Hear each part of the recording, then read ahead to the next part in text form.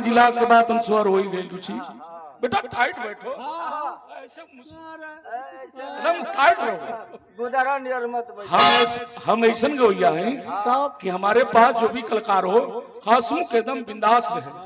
पूरा नियर टाइट रह जा। दुनिया में क्यों नहीं, सभी लोग आपने खुशी मनाओ बेटा, एकदम खुशी से रहो।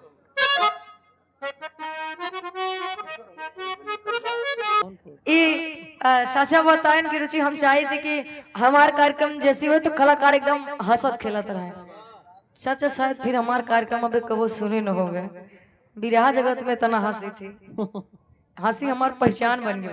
सत्यता है, अगर हम जो कार्यक्रम में नहीं हंसी न उमर लोग सोचो थे ना यार आज का भवा करे खारबो हो का होगी भाई, खारबो बुखार कहते हैं यार। बताएं कि एकदम तैनात होगी बैठक रहा। दर्शन चाचा होत रहे ना गोड़ों में तनी चोट लग गया, ज्यादा दर्द करता है कब का बताई। भाई के गाय लेते हुए बहुत बड़ी बात है। वाह, नहीं तो भैंस लेती नहीं, भैंस गाय तो यहाँ लिवावे आया। कहत हो गाय लेते। अरे गावे के मतलब गावत है।